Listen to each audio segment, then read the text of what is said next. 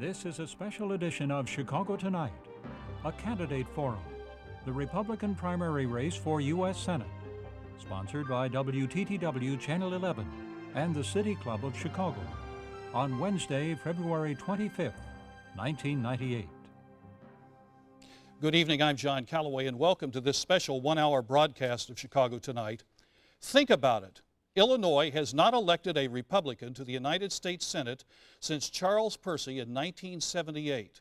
This in a state with a Republican governor and Republicans in all of the state constitutional offices. The GOP will have another go at it in November when they put up a candidate to run against incumbent U.S. Senator Carol Moseley Braun. Who will the Republicans send into battle against Braun? Will it be Illinois Controller Lolita Didrickson or Illinois State Senator Peter Fitzgerald? We'll find out when the primary election votes are counted midst the revelry of St. Patrick's Day on March 17th. Tonight we'll find out where Ms. Didrickson and Mr. Fitzgerald stand on major issues. But first, here is Chicago Tonight correspondent Rich Samuel's background report on the candidates. Peter Fitzgerald is 37, a state senator from Inverness. If it helps to be well-heeled in this race, he has a leg up. Lolita Didrickson is 56. She's state controller. If it helps to have won statewide in the past and to have the support of party leaders, then she has an advantage. Lolita Didrickson is the type of centrist Republican who has done very well in general elections in this state. She is a Jim Thompson, Jim Edgar Republican. Lolita Didrickson, Lolita.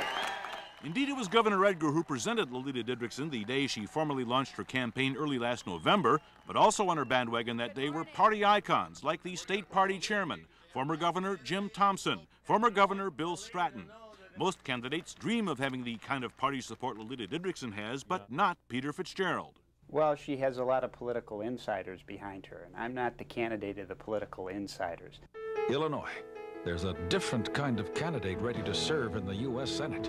Peter Fitzgerald aired his first commercial in September. He didn't know who his opponent would be, but he knew the source of his support. He has going for him what he would call a groundswell of grassroots support from the more conservative spectrum of the party. And it really is, we tend to think of the conservative folks as the ones you can count on to turn out in a primary. Conservative voters always turn out in large numbers in Republican primaries. There's a built-in conservative vote of at least a third of the vote, and so he has that coming in. The other thing he has going for him is an incredibly large wallet that allows him to funnel as much money as he sees fit into his own race and to purchase as much really unprecedented amounts of campaign ads. Is that a factor?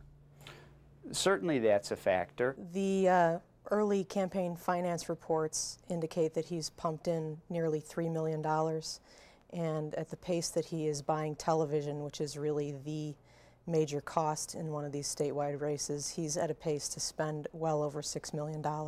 Fitzgerald's ability to spend his own money in his campaign without limit may explain Didrickson's late entry into the race and the lack of other candidates. I'm Lolita Didrickson. Didrickson's ads hit the air in January with talent provided by the state party and by one prominent national Republican. Hey, Lolita, we need you here in Washington. But since she relies on contributions to fund her campaign, she's bound by federal election laws, which means that the money comes in by dribs and drabs. She is being forced to respond with ads funded by $1,000 increments, and that's a very tough thing to do. Federal election law, the wealth loophole gives wealthy candidates a big advantage, but she is making a credible campaign. Her first campaign was in 1982 when she was elected a state representative from the southern suburbs. In 1991, Governor Edgar appointed her head of the Illinois Bureau of Employment Security. Well, I'm Lolita Didrickson, and I'm running for state controller. Her 1994 bid for statewide office was successful.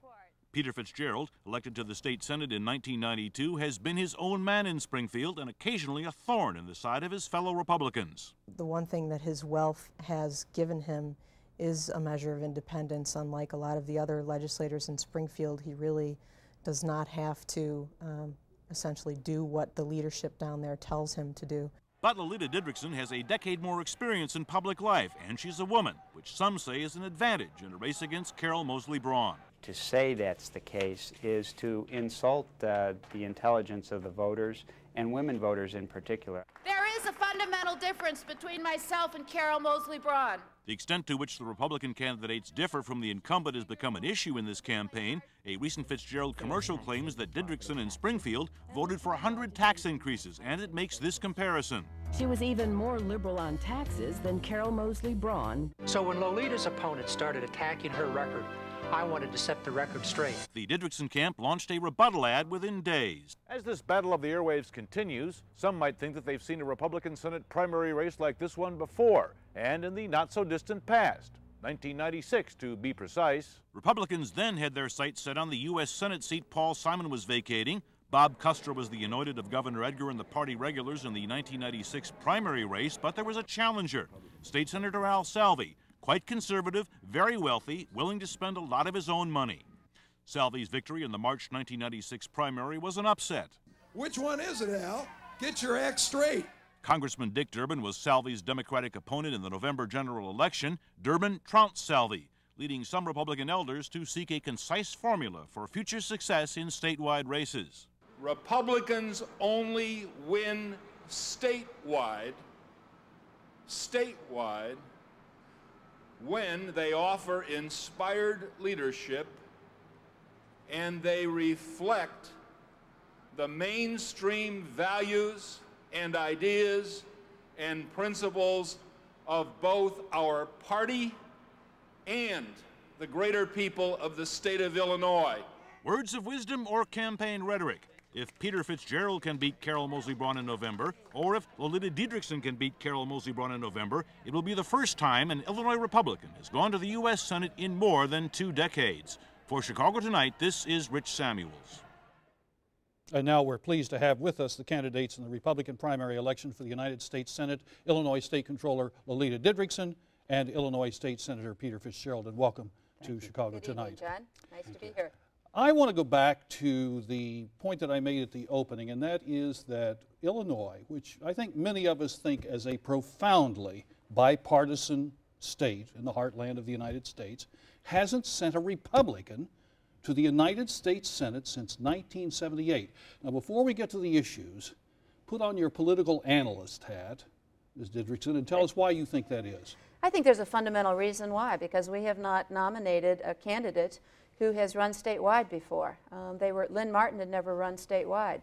Bob Custer had run statewide, but he had run with Jim Edgar. He didn't have to put his own campaign together.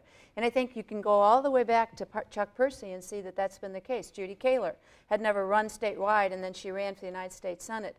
The difference is, and the fundamental difference is that I've actually run statewide. I ran for controller. I won by over 407,000 votes, and that's why I believe I had the greatest opportunity to win. People know me. I'm a known commodity. I'm a known entity, and I have a grassroots following because I have 5 headquarters around the state of Illinois. People know me from having run as controller, and they're out there supporting me now. Ms. Fitzgerald, put your political analyst hat on. Why haven't the Republicans won since '78 for a U.S. Senate seat from Illinois? Well, the opening report by Rich Samuels, I think, was making the case that is sometimes made on the other side of me, that Republicans need to nominate someone who would be more liberal or water down our Republican Party platform. But I would say that the fact that Al Salvi lost in 1996 is no more an indictment of conservative candidates than that Lynn Martin lost in 1980. It's possible for candidates who don't run a strong campaign to win. But I think the most important thing that we can recognize is that Republicans who have a strong record and stand with conviction and don't back down and who are able to articulate the appeal of our conservative Republican economic and social policies to people, much the way that Ronald Reagan did in 1980 and 1984, and he won Illinois, that we can win in November of 1998. Are you saying that's been missing all these years since '78? I think that just nationally in the last cycle, that Republicans tended to be a little bit too defensive. My belief is that instead of being defensive, Republicans ought to make the Democrats account for what their failed policies have done to this country. The Democrats have raised the tax burden on the average family in Illinois up to 40%. The average family in Illinois is now paying nearly 40% of its income in combined federal, state, and local taxes. Republicans are the ones who stand for smaller government and less taxation, and we ought to make the Democrats account for what their failed policies have done. They're breaking up the family with that high tax burden. They're causing other problems, welfare dependency, fatherless families. Okay, you're into your stump speech. Now let me come back. Ms. Didrickson, twice earlier this year, you said that you didn't want to run for the United States Senate, and you said you would rather be Secretary of State. And given your background in state government, couldn't it be argued that you're more qualified for Secretary of State? Well, I would argue that I really was not going to go out and announce for a run for the United States Senate, unlike my opponent here, Peter Fitzgerald, who was willing to do that when Governor Jim Edgar, a very popular governor, was clearly very interested in running for the United States Senate seat. And in fact, I had a discussion with Governor Jim Edgar when we were talking about this election cycle right now, and he said, you know, even Brenda thought I was running for the United States Senate the day before I announced that I wasn't going to run for anything. Clearly, my interest in the United States Senate seat goes back to 1991. In fact, there was an account of it in the Chicago Tribune around Thanksgiving Day when I had been talking with people in the Edgar administration about running for the United States Senate. And I guess it was a little premature at that point in time for serious consideration of a woman. So I did not have the opportunity then, but it never left my interest. And in fact, it was only because of Governor Jim Edgar that I wouldn't have gone in against a mentor of mine, somebody that I felt very strongly about and had run successfully with since 1982. And Mr. Fitzgerald, with your disdain of government and your love of family, why would you want to enmesh yourself in the culture of Washington, the endless fundraising for the Senate, just to take the chance to say no to taxes every chance you get? Isn't that a high price to pay for what apparently is a vision that is centered on saying no, no, no, and not really offering much positive about government? Well, I disagree with your spin on that, saying no, no, no. That is an important role, to say no to higher taxes and trying to cut down on government spending. But I'd love the opportunity to do what I could for the state at the federal level. I've kind of carved a niche for myself in Springfield, focusing on wasteful government spending and ways in which the state government has shown great disrespect for the taxpayers in Illinois. And I found that my financial and legal background have been a great asset in that fight. I was the first one to really dig into the phenomenal profits that the riverboat gambling interests in Illinois were hauling out, and they were only paying $85,000 apiece for their licenses. And I came up with the proposal to competitively bid out all those licenses instead of raising the income taxes on the average citizen in Illinois. So would you become a whistleblower like that in Washington? Is that the role that you see yourself as? I think there is a great need for independence on the part of our public officials in Washington and in Springfield. Someone who will stand up and speak out and not be afraid of those powerful interests who manipulate government to wrest handouts or subsidies or giveaways from the taxpayers. And if there's one trait that I would pledge to bring to the United States Senate, it's the constant, vigilant independence that I have always brought to my state Senate job in Springfield. And I think that I could save the taxpayers a lot of money and catch, flag, and expose some of the abuses that our federal government engages in. Ms. Didrickson, what would you've just heard a fairly, it seems to me, comprehensive statement on what his role would be. What would you be known for if you were elected and we were to evaluate, say, your first 6 years? Well, you know, I tell my children the one thing you can do to predict what somebody will do in the future is look what they have done in the past. And in fact, when I was in the Illinois General Assembly, I was known, in the minority, was known to be able to work with colleagues on both sides of the aisle. And I think in a deliberative body, in order to get the votes to accomplish your agenda and what it is that you want to accomplish, it's very important to not stand alone out in the field, but to really have the ability to be able to work with the colleagues that you have in the United States Senate. And so I think for successful changes, whether it's the federal tax code, simplifying it, flattening it, whether it has to do with changes with our policy on trade and regulation on businesses so we can be more competitive. And you know, I've actually had the ability to change government. I changed government as controller in the state of Illinois. I reduced our head count. And you know, really, when you get to spending, Peter, what you can do to save taxpayer dollars really has to do with spending.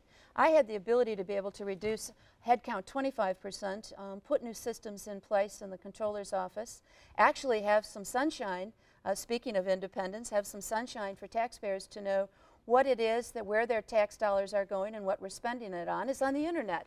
So I think a predictor is what somebody's been able to accomplish, what we've been able to change in terms of, and how we've worked with groups and with your colleagues in order to affect change constructively in the future. So I'm kind of hearing a kind of more independent voice, but a team player over here. So we're kind of getting a sense there. Now, Mr. Fitzgerald, as a U.S. Senator, one of your primary responsibilities will be to deal with foreign affairs. And tell our viewers and me what experience you have that qualifies you to handle the foreign affairs responsibilities of a United States Senator. Well, in my background, I have lived for a year abroad. In fact, right after college, I won a scholarship from the Rotary Clubs to be an ambassador of goodwill to the nation of Greece and to study in Greece for a year. And I lived in Greece for a year. I've been to about 30 different countries. I haven't had professional foreign policy experience, obviously, but I do think I have a pretty good, comprehensive worldview. And I am a quick study and believe that I could bring my experiences to bear for the benefit of this state and nation. And what do you read in the field of foreign affairs? Sometimes I read the Foreign Affairs Journal, Quarterly? The Foreign Affairs Quarterly. My father leaves it on my desk for me pretty regularly. He subscribes to that. And of course, just broad reading in the New York Times, Chicago Tribune, just trying to keep up on. Have you done any have you published anything in the area of foreign affairs? No, I haven't. How do you feel about going into the United States Senate, which has a major foreign affairs responsibility, be it global economic issues or be it issues dealing with national security, and not really having that kind of experience, having focused so much on state experience? Well, certainly everybody starts that way, and my expertise would probably be primarily on financial matters, legal matters with my legal and financial background. In Springfield, I played a great role in helping pass laws that would clean up our state finances. When you say everybody starts that way, it's simply not true. I mean, there are some people who are gifted, long-time obserers and writers of foreign affairs who have gone into the United States Senate. Very few people come out of the State Department to go into the U.S. No, but Senate. I'm saying, isn't it reasonable to expect that to send one person from Illinois to be a member of that 100 club? Well, but what kind of experience are you looking for other than somebody of sound character who's smart and can understand the issues and who can understand and appreciate other cultures? And I think that's very important, and I think I'm able to do that. Ms. Didrickson, what is your experience with foreign affairs? Well, I've traveled casually. My husband and I haven't visited 30 countries. I have visited a number of countries, though. And I guess my perspective would really be one from how this country was formed. You know, our grandparents and our great-grandparents all came from somewhere. They came from other countries. And so as we sat at the knees of our grandparents, we certainly understood the cultures of others and tolerance growing up in Chicago of many different cultures. I was born and raised in Chicago. And, you know, quite frankly, when I was growing up, a trip downtown or into one of the neighborhoods was like a trip into another foreign country.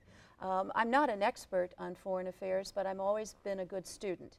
And I believe very strongly that my interest and my ability to reach out to experts is an indicator of how seriously I will take foreign affairs. And what reading do you do in the foreign affairs area? Well, with regards to foreign policy, I will tell you I get it through the Wall Street Journal, The Economist, I get it through Business Week, I get it through the New York Times. I read about 7 different newspapers and a number of different periodicals.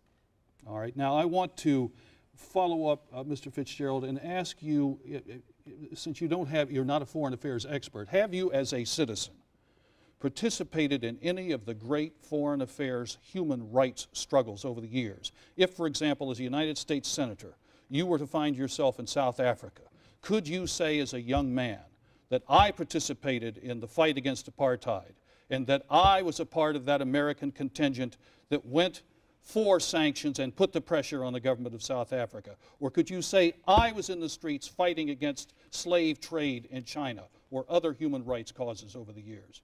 No, I haven't had those exact experiences that you're talking about, but my year living in Greece was one of the most broadening experiences I had. I became fluent in modern Greek. I've since forgotten a lot of it, but I immersed myself in an entirely different culture. And I lived with a Greek roommate and had Greek friends and traveled all around the country and really got to understand. And I was there in the early 1980s when there was a great deal of anti-American sentiment, and many of the kids at the university I was studying at were in fact communists. It was kind of, they had Che Guevara t-shirts and hats, and they were very anti-American. And I had great difficulty understanding that because America had done so much for Greece after World War II and after the Civil War with the Marshall Plan and so forth. But living and understanding a foreign culture was a very broadening experience, one of the most broadening in my life. And I have traveled and I have been to many different continents. But Ms. Didrickson, have you had an opportunity as a private citizen to participate in the great struggles in the streets or through writing or through speaking on behalf of human rights denied in South Africa or in China or in other parts of the world? Not specifically, but in the legislature we had many discussions with regards to investments of state pension funding with regards to apartheid in South Africa. I had the opportunity to be able to listen to the debate. In fact, I will tell you, Carol Moseley Braun was one of the leaders with regards to apartheid, and I grew from that experience in the General Assembly. But direct experience, no, I have not had direct experience. All right, I want to go to another human rights issue, and that is abortion. And Mr. Fitzgerald, there are those who say you carry the heavy burden that you're against abortion and that's going to cost you in a general election, and so on and so forth. But it's interesting. It seems to me that somebody who's serious about that could make it the centerpiece human rights issue of a campaign, much as, say, a civil rights worker in the 60s would have made certain civil rights issues the centerpiece. But you focused on low taxes as opposed to life. Why? No, I focus on life, and I do talk about that, and I'm glad you recognize it as a human rights issue. Some people view it as a religious issue, and to some extent, certainly it is. But if you look in terms of our United States Constitution, it presents the question of whether an unborn child is a person for purposes of constitutional protection and is entitled to the right to life. And I'm very struck by the similarities between the argument made by the pro-choicers on Ms. Didrickson's side with the arguments that were advanced by Stephen Douglas, for example, when there was debate whether black people in this country were entitled to be treated as persons or property. But have you been an activist in the streets over the years on this issue, the way, say, a Jesse Jackson and others have been an activist for domestic civil rights? I have been an activist in the state legislature on the But cause. I mean prior to the legislature. If we looked at the history as a young man, for example, and said, where are you on this? Were you in the trenches the way people who've come to power in this country were in the trenches on the civil rights issues? I've been fighting for it as a political figure in the state for a number of years and from the legislature. And I was a co-sponsor of the ban on partial birth abortion. But if I could just continue my thought about the similarities between Douglas's argument. Douglas said he didn't know whether black people were persons or property. And in fact, the Dred Scott opinion of the United States Supreme Court had declared that blacks were property for purposes of the U.S. Constitution. And Lincoln and Douglas, of course, addressed this issue in their debates. And Douglas's argument was he didn't know whether black people were persons or property. Therefore, he would give his friends the right to choose whether they would treat blacks as persons or property. And of course, Stephen Douglas, and he also argued for admitting new states to the Union. Lecture. New states into the Union. Thank you, John. He would want this to be a conversation. Make your point. My argument is that this is very similar to the issue that confronted this country in the 1850s and 60s, and that if there's any doubt as to whether an unborn child is a human being for purposes of the Constitution, we ought to err on the side of assuming humanity, lest we make a horrible mistake. How important, How important, Ms. Didrickson, do you want, what priority do you want the issue of abortion to have in this election? Quite frankly, I think this is an issue where the most conservative response would be that government should step out. But the fact of the matter is that we do have it as an issue in this campaign, and it is not my leading issue, never has been. In fact, I've never even raised it as an issue until Peter Fitzgerald started his below-the-radar screen mailings across the state of Illinois and IDing all the right-to-life voters in the state of Illinois. Fact of the matter is that Peter Fitzgerald holds a very narrowly held view with regards to right to life. He would not even give a woman the option of choice in the case of rape and incest. And in fact, I only believe about 6% of the voters would actually hold that very narrow view. But I'd like to talk a little bit about what I've done with regards to civil rights and in terms of individual rights, and speaking from a very personal response. In the 1960s, my husband and I lived in Rockford, and that was when the great debate was beginning. And we, through our church, through the Catholic Church in Rockford, began to work with minority community there to be able to have dialogues. We would meet on Friday evenings in each other's homes. And we used the church as a vehicle in order to explore and expand our feelings and our community response to a very difficult time in this country. So I come from it from some actual personal experiences that I believe have probably shaped me enormously. But I would also say my mother's shaped me a great deal with regards to civil rights and individual rights. She always said, have a tough mind, but a very tender heart. Could I interject just a little bit? You asked of activist involvement. Yes. Lolita's just swept aside a huge portion of her career where she was on the board of directors of the Personal PAC in Illinois, which is a group that promotes abortion rights and wants to expand abortion rights, favors federal funding of abortion, and I'm interested that you don't mention that as part of your... Is that an important part of your political history? No.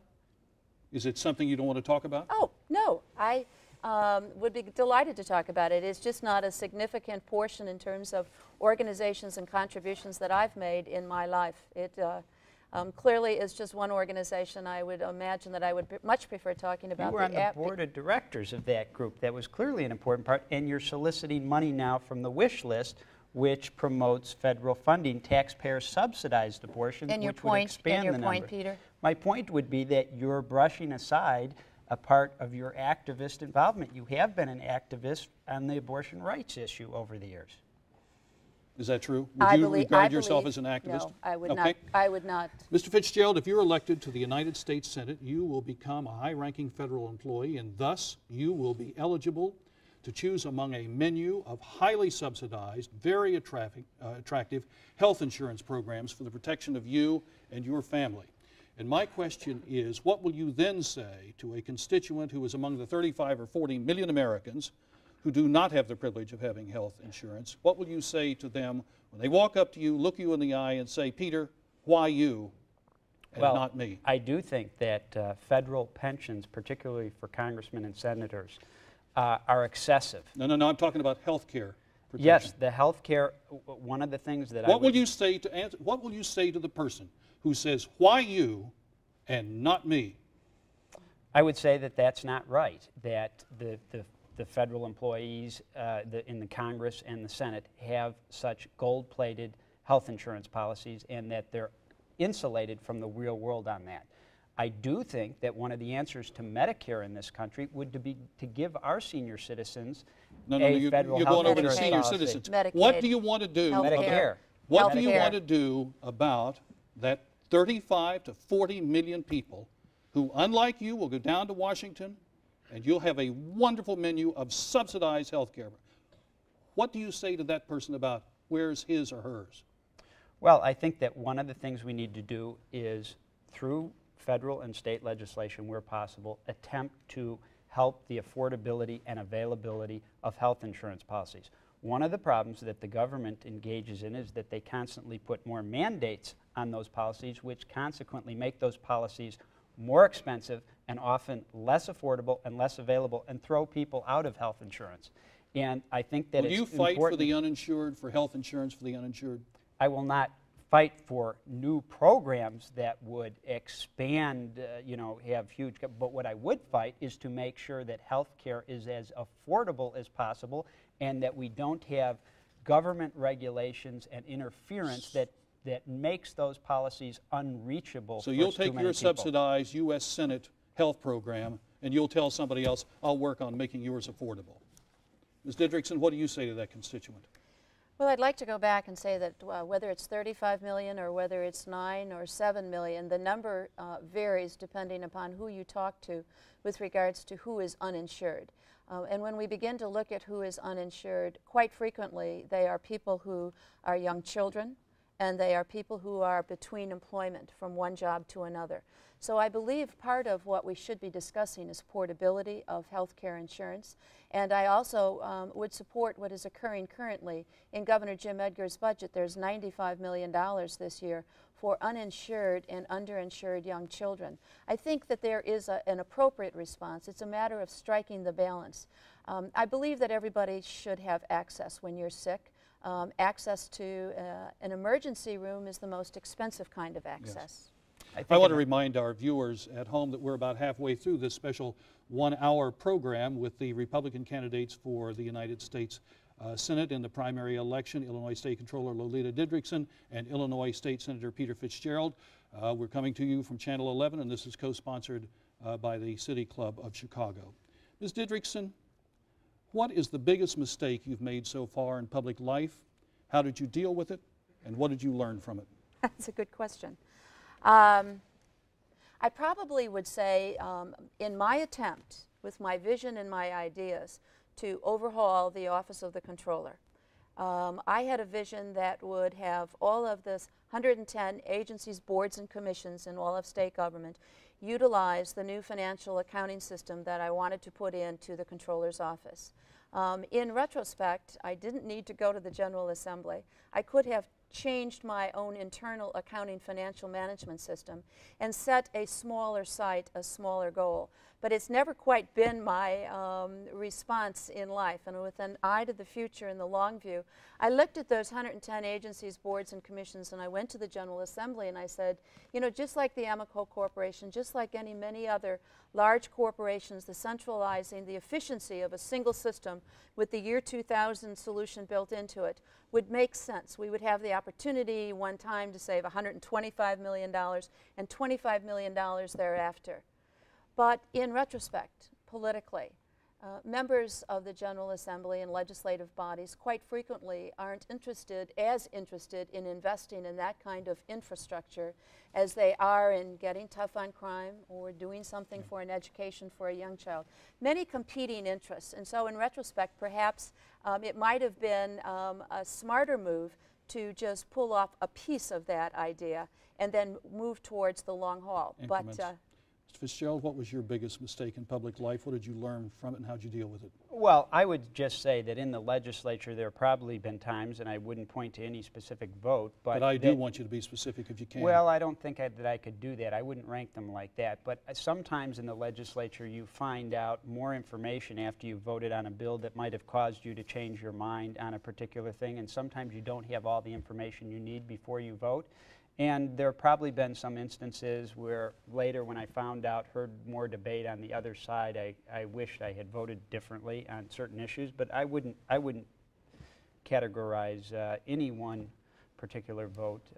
Well, then let me put another question to you. Some people looking and listening to this say, well, glad to get your views on certain issues, et cetera, but I really want to know what these people are made of. I want to know, because in the U.S. Senate sometimes you're in hearings and things are tough and you really, really get down to the tough moments. And I guess what I'm asking, and I'll start with you, Ms. Fitzgerald, and that is, what is the greatest personal tragedy or obstacle that you had to overcome in your life that's probably made you a better person because you've gone through it? I wouldn't rank like that. I wouldn't pick out one thing like that. I can't think of one thing that I would identify that was the greatest obstacle. I've been very blessed in life, and I'm very grateful for all that's been given me, and I would like to give back a lot to our state and our community. And I've worked hard throughout my life and feel I would be very prepared to do a good job in the United States Senate. And I think so there have been no great losses, no great moments of pain, embarrassment down in the, I mean, no Job moments in your life? I would not cite any one particular interest. I've been very blessed. Have you been cursed with too much wealth? Has that maybe been a... No, I'm serious. Is there, you know the old biblical injunction about island, is there a rich man's burden in that sense? I think that what's in my wallet isn't the important issue here. I think it's how my votes affect my constituents' wallets. That's what's important in this race.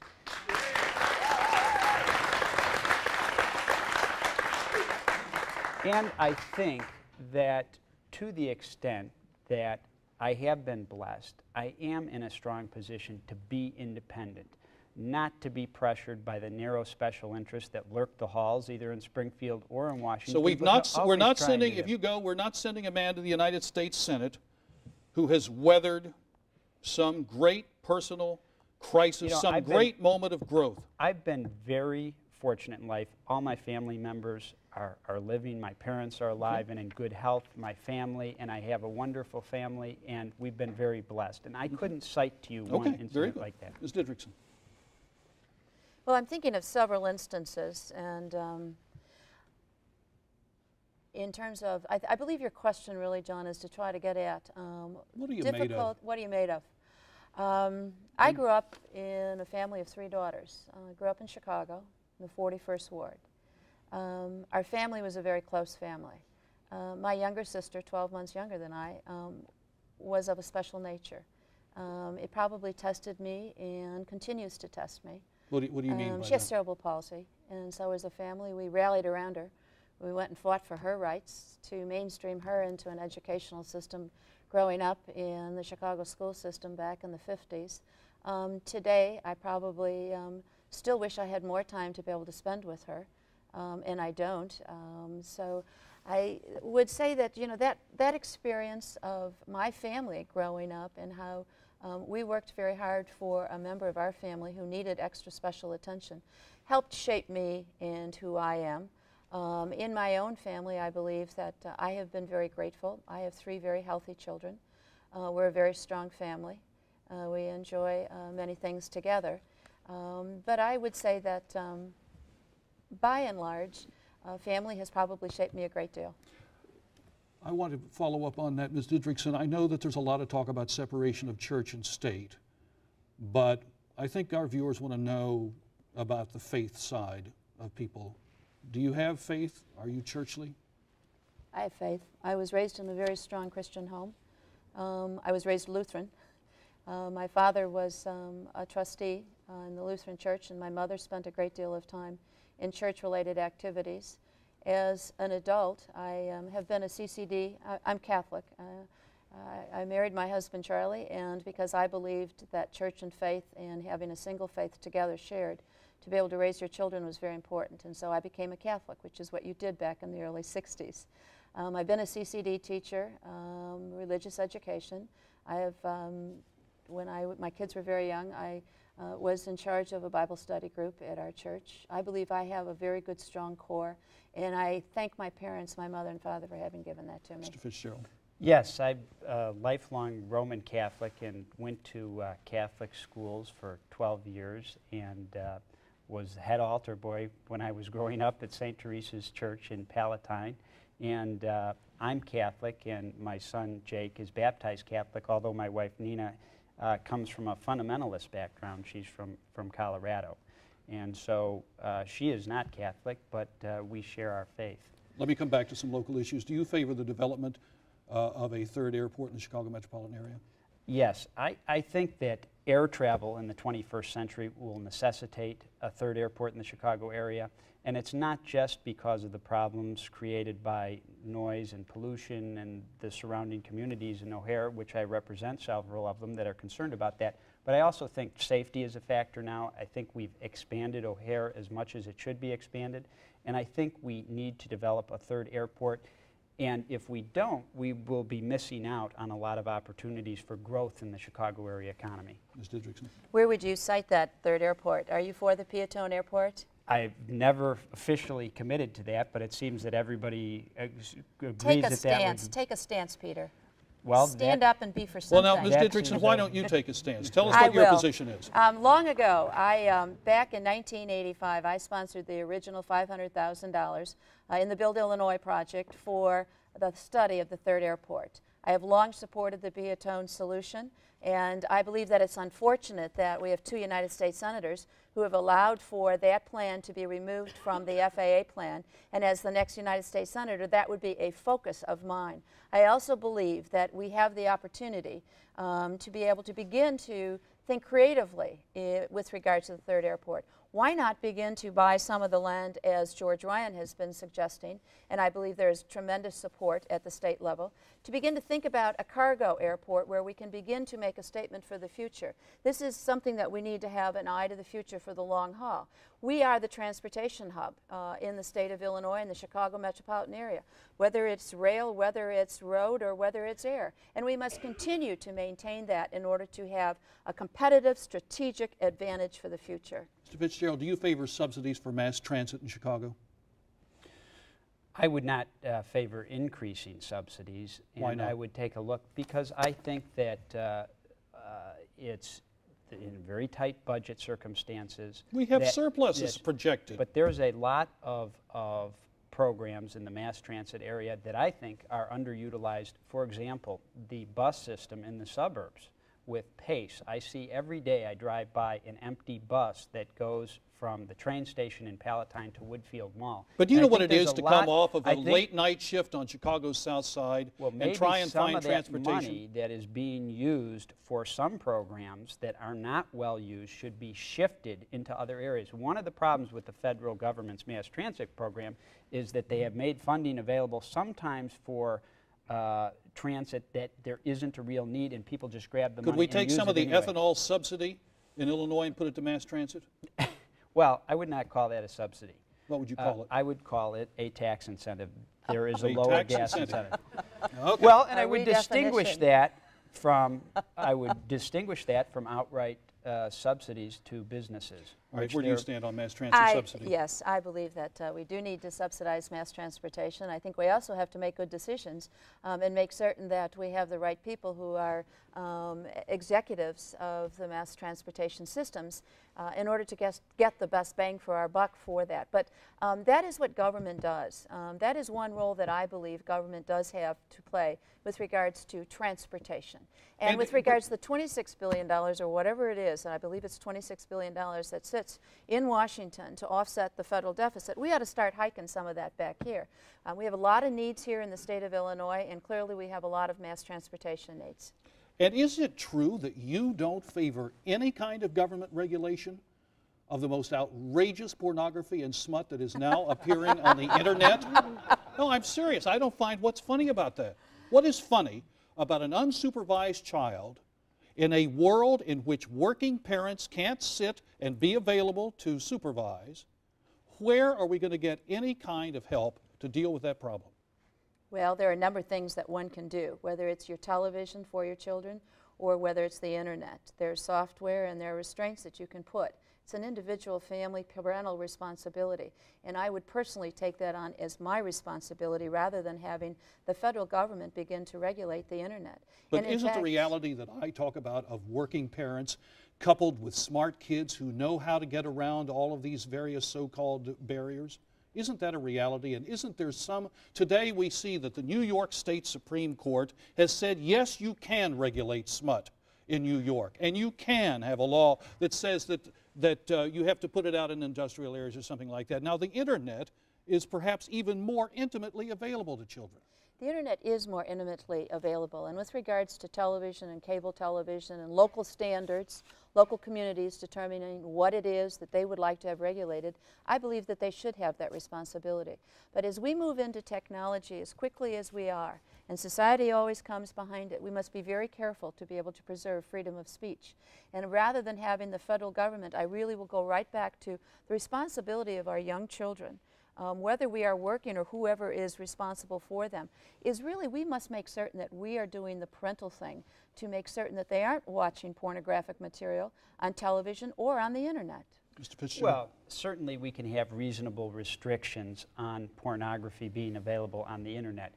I'm a great believer in First Amendment rights and freedom of speech, but we've never interpreted the First Amendment as being absolute, that it can't have any reasonableness restrictions. We have copyright laws, we have laws against libel and slander, all of which in a strict sense could be seen to limit First Amendment rights.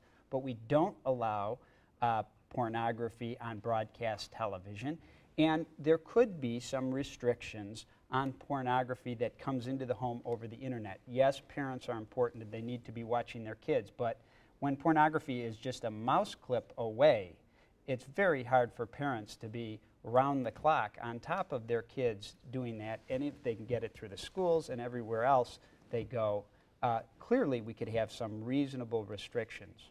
I want to talk about what really separates you, and I take it, Mr. Fitzgerald, that you think if I watch your commercials and understand your campaign literature correctly, that you would have us believe that amongst all the various views that you may share as good Republicans, that one area where you have a profound difference that you want us to understand is in the area of the record as who's done what on taxes.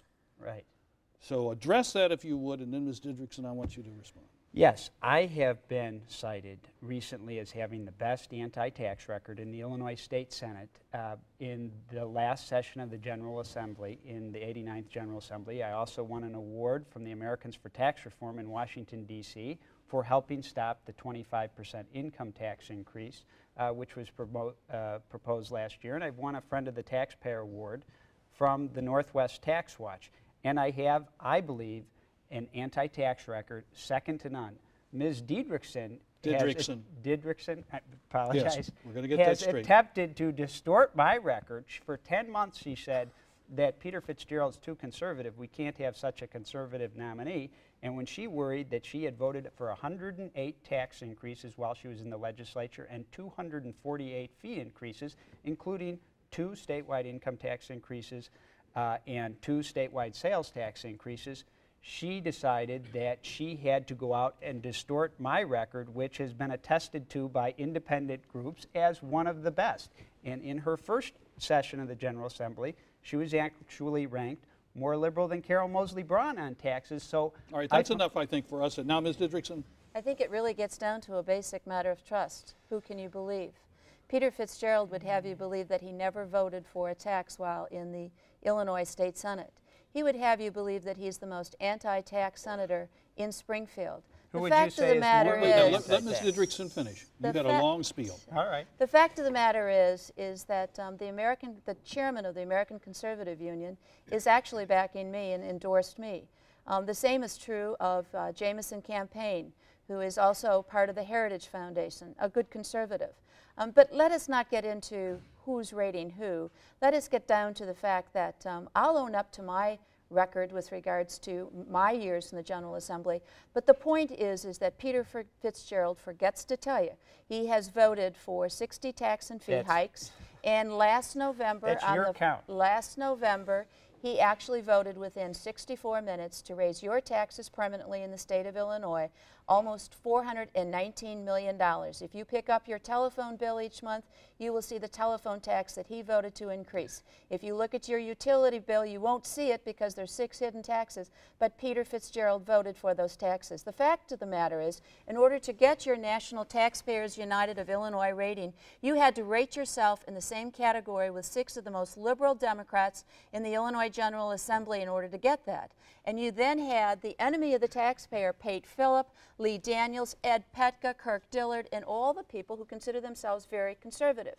I would say when we trump up a rating such as that, Peter, people aren't going to trust you. And the fact of the matter is, when you trump up and say that my record is the same as Carol Moseley Braun, actually Pate Phillip voted more with Carol Moseley Braun than did I. He's not running against me. But when you talk about trust, have you at this point come to the conclusion that you can't trust Mr. Fitzgerald to the point where you couldn't support him if he wins the primary? I'm for electing a Republican United States Senator from the state of Illinois. But the fact of the matter is that when we go out there and we shamefully and deceitfully try to destroy somebody's good record, that we must make certain that we then have the opportunity and a believability and trust what that individual is saying. Why would you support somebody who's shameful and deceitful then?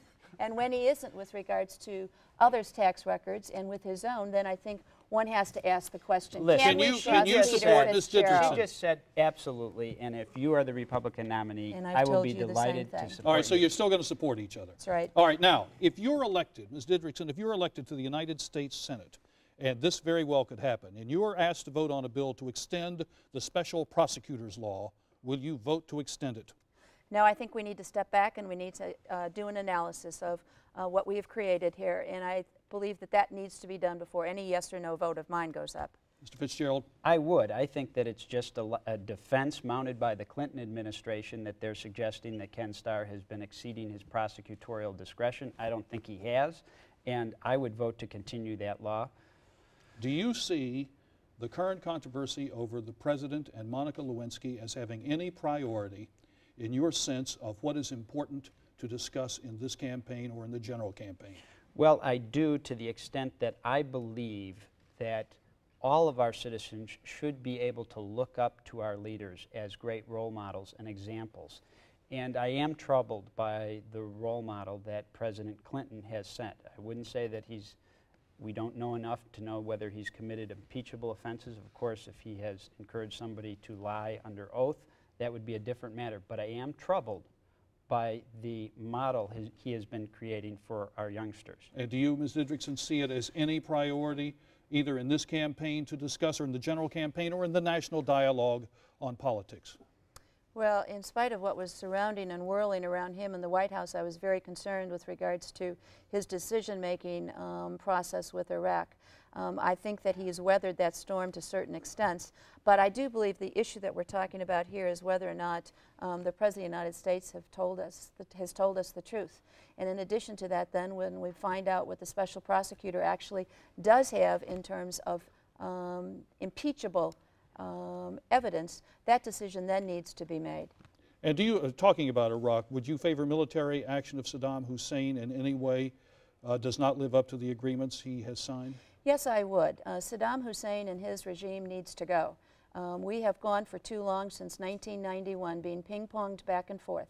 I am very hopeful always in diplomatic agreements that they work. But so far, we have no reason to believe Saddam Hussein is going to hold true to this. I'm hopeful. I hope that it plays out very strongly, but if it doesn't, we must be prepared militarily to go in and make certain that Saddam Hussein shall not be able to stockpile weapons of mass destruction. He's a threat. Do you agree with that essentially? Yes, and if although I would draw the line, I would say that I would not favor a ground war that would ensure the elimination of Saddam Hussein, but I would favor bombing strikes to make sure that he complies if this latest agreement worked out with the United Nations Secretary General does not work. And we should keep our troops positioned in the Gulf to enforce and make sure that he complies with the inspections now. A couple of quick ones. Do you favor capital punishment in federal capital cases? Absolutely. Do you? Yes. Do you favor fast-track authority for the President of the United States for future trade agreements? Yes, I do. Yes, I do. Do you? On that note, I see that our time is up and we can continue the conversation over credits. But first, a word from Paul Green of Governor State University, who's here this evening in his capacity as treasurer of the City Club of Chicago. Paul? The City Club of Chicago was happy and proud to co-sponsor tonight's Republican Senatorial Forum. On behalf of the City Club of Chicago and WTTW, I want to thank the candidates for their participation. The City Club of Chicago hopes to co-sponsor a similar round of forums during the fall campaign.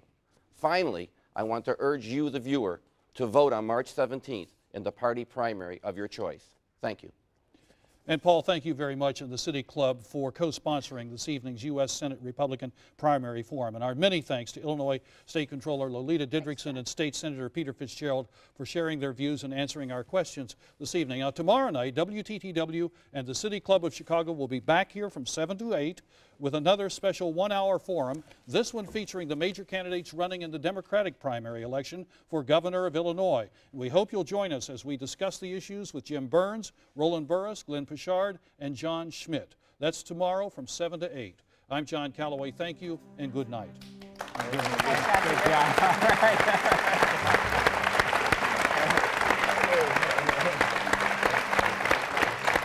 Well done.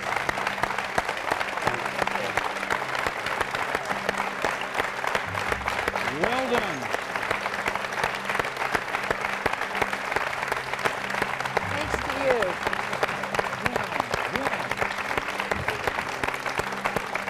My microphone's falling off. John, thanks. Watch your Nice mics. job. You'll rip.